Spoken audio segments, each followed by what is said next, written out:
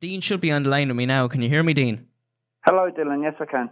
I'd like to thank you very much for coming on. It's an absolute honour to speak to you on the station. Oh, you're very welcome. Thank you for having me. I suppose to get us started off, to get the ball rolling, for anyone that doesn't know, how would you kind of introduce yourself and your music? Okay, I've been playing music all my life. My music is a bit introspective, a bit dark, and I sing about how life can be and maybe self-improvement a little, I guess, but with a darker angle. I suppose, what got you into music? Or was there one kind of defining moment? My mother was in a group when I was a baby. I was taken from gig to gig in a carry cot, and she made sure I was classically trained as a child. So I've been in and around music all my life. Was there a particular moment that you decided this was going to be something that you would kind of pursue in the long term, or did it just kind of develop gradually over time? Well, 2 or 3 times in my life, in the 80s and the 90s, I attempted to make music a full-time occupation. Unfortunately, things didn't work out then. Just recently, my partner Colette, she decided to help me out. I was trying to play music with a few people, and it wasn't working out. And so my partner Colette got involved, and ever since she's been involved, it's amazing what someone believing in you can do for you. And since then, we've gone from strength to strength, going all around the country, gigging, recording the EP, and we've got a launch on the 26th of April in Warren Point. So, so that's what happened. Fantastic. I suppose, how did you kind of land on the kind of style that you did? Was it just kind of how you were kind of raised and been taken around to different gigs? Or did it require, say, your own kind of thoughts, if that makes sense? Well, yeah, it makes sense, yeah. I've got a background in rock and roll. My mum was a rock and roller. And then with the classical influences, and my teen years were spent being a punk rocker. So I guess all those influences are in there, and it's a style that's kind of come about naturally, I guess. And people describe me in many different ways, but the punk influence comes through quite a lot, and so does the rock influence, so yeah. How much do you think you kind of incorporate your own kind of thoughts and experiences into your work? Oh, totally. The words mean something to me every time I write something. I can only write from experience, and I can only play something I feel. People think maybe I'm a little awkward when it comes to playing covers. There's very few covers I can play and feel like I mean it. I have to sing from experience and from the heart. I suppose let's get to the EP and the kind of lead song, Spiritual Suicide. Was there anything in particular that kind of inspired the song? Yeah, I think all of us battle with our egos to one degree or another. And it's a roundabout way of describing a battle with your own ego. And the spiritual suicide is that in essence. It's coming to terms with maybe the fact that we're not all as great as we think we are, and if we can put our ego aside a bit, we might benefit from it. I see. I suppose kind of it's definitely, it must feel like a big deal to reach your first EP. I suppose, do you have like a favourite song from the EP, or is it kind of like picking a child, like a favourite child, like you can't really pick just one? You've hit the nail on the head there. Every song means something to me. There are songs that I think will be more popular than others, but personally, they're all my songs, and I love each one of them, yeah. I suppose in terms of the rock and the punk kind of side of it, is there any kind of particular artists you kind of look to in terms of inspiration, or is it just the genre as a whole? Oh my God, I draw from everywhere. I love music that's done well. I love Rory Gallagher. I've got to say, I listen to Rory a hell of a lot. I grew up with the Sex Pistols, the Clash, the Damned, all the classic punk artists, and I love progressive rock as well. I love Wishbone Ash, I love Camel.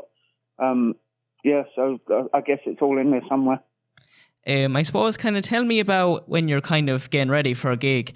Do you think it's something that requires a lot of practice and work, or does it just kind of feel like another day at the office, for lack of better words? Do you think? I do understand what you're saying. I think the practice and the work is something that you do regularly anyway. Yeah. whether you have a gig coming or not. And then when there's a gig happening, you look to that and maybe tailor it and practice that little bit of tailoring, yeah. So I think regular practice is essential. Yeah, you mentioned Rory Gallagher and all the other artists that you kind of take your inspiration from. Would listening to a certain amount of music kind of get you in the mood to practice, or is that not really a part of it for you? I find that there are very few artists I listen to now that I'm not super critical of. Okay. And I find the progressive rock and Rory Gallagher types of music I can listen to without sort of comparing it to myself. So yeah, I do listen to some, but it's rarely to get in the mood. I'm usually always in the mood to play a bit of guitar, to be fair. I suppose when it comes to practicing, do you ever feel kind of ashamed if you don't get to it? Or is it kind of a thing of you just kind of practice whenever you get the time? Or do you have to set out like a timetable for yourself? No, I've usually got a guitar within 3 or 4 feet of me, and I pick it up whenever the mood takes me, which is several times a day. So what you're saying is it never really feels like work, so you just kind of keep going at it. Sorry? It's a privilege to be able to do this.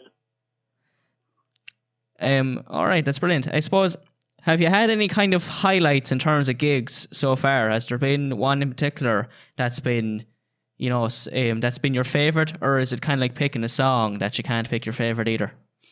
Again, it's been like a roller coaster. There have been highs and lows, but each gig we seem to be on a path. I don't know where this path's leading, but each gig, I look at my performance and I think I'm getting better at performing the songs. The songs are what they are, but presenting them to the public is a skill in itself. I think I'm getting better at it. As for particular gigs, I don't think I can really nail anyone in particular. There are venues which you feel more at home in. I'm thinking there's a couple down in Dublin that were particularly good, but I wouldn't really like to single one out because each of them have been very good to us, Yeah. Have you ever had any kind of particular moments that have kind of taken you kind of aback, where you've gotten like really harsh criticism or really kind of great praise? Sorry. Have I had any moments? What? Sorry. Sorry, no. Has there ever been any kind of like, say, really bad criticism, or like, say, like really kind of good praise that's ever kind of surprised you? Yeah. Up in Derry, I was playing up in Derry, and there was a guy there started heckling me and telling me that I should give up and how useless I was and he could do better. That was, I wouldn't say it was a low moment. It was interesting. And as for great moments, I just love doing this. Every moment's a great moment doing this. Yeah, and sure, I suppose it says yourself, it's better to kind of keep going, isn't it? Absolutely. Talking to yourself, doing things like this, I love doing radio. I find it an interesting medium, and it's a great way to reach a lot of people. I do enjoy doing the radio as well. All right, well, thanks very much. It's my honor really to speak to you here, but I suppose, do you have any kind of like long-term goals, or are you just kind of playing it by ear and kind of taking it as it comes? Right, I've got 2 goals as such. I've got one which is my dream, which would be playing stadiums like Wembley and things like that. Now, people may laugh at that, but you've got to have a dream. And a realistic goal would be to get my band gigging regularly and touring and taking the music out on the road. That would be a realistic goal, I guess. Do you see any kind of challenges or any kind of barriers getting in your way to continue singing? No, it's just staying healthy, I guess. Staying healthy, and the rest is just a pleasure after that. How do you kind of balance performing with, say, other commitments you might have?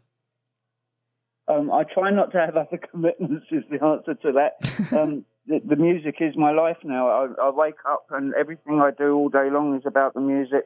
And my partner, to be fair, all she does all day long is music-based. So this is our lives. And that's how it is. Not a lot else has a chance to get in the way. Is there any kind of gigs or anything coming up that you can share? Yeah, there's one in particular I would like to mention. On Friday, the 26th of April, at the Duke Pub in Warren Point, County Down, is the launch for the band, and it's officially the EP launch as well. We've got 7 acts in total, in which I'm in a couple of those acts.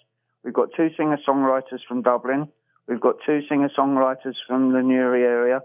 We've got a guy that does beatbox from the Drogheda area. He's fantastic. And we've got a punk band. I play bass with the punk band. The punk band's called Feed the Enemy. And, that's going to be a pretty good night. It's free in, so anyone that's listening, you're very welcome. I know it's probably a good way from where you are, but anyone that can get along to Warren Point on Friday, the 26th of April, you're most welcome. All right, well, that's fantastic. Thank you very much. I suppose, any plans on making it to Limerick anytime soon, or any kind of hopes? Yes, once this launch is out of the way on 26th of April, we do intend to get around. We've been as far as Galway before. We've been up to Donegal. We've been down to Wicklow. We would definitely like to get to Limerick, Cork, and the parts of the country we haven't covered. So, yeah, that is the plan, yeah. All right, well, fantastic. Well, here's the hope, and we'll see that very soon.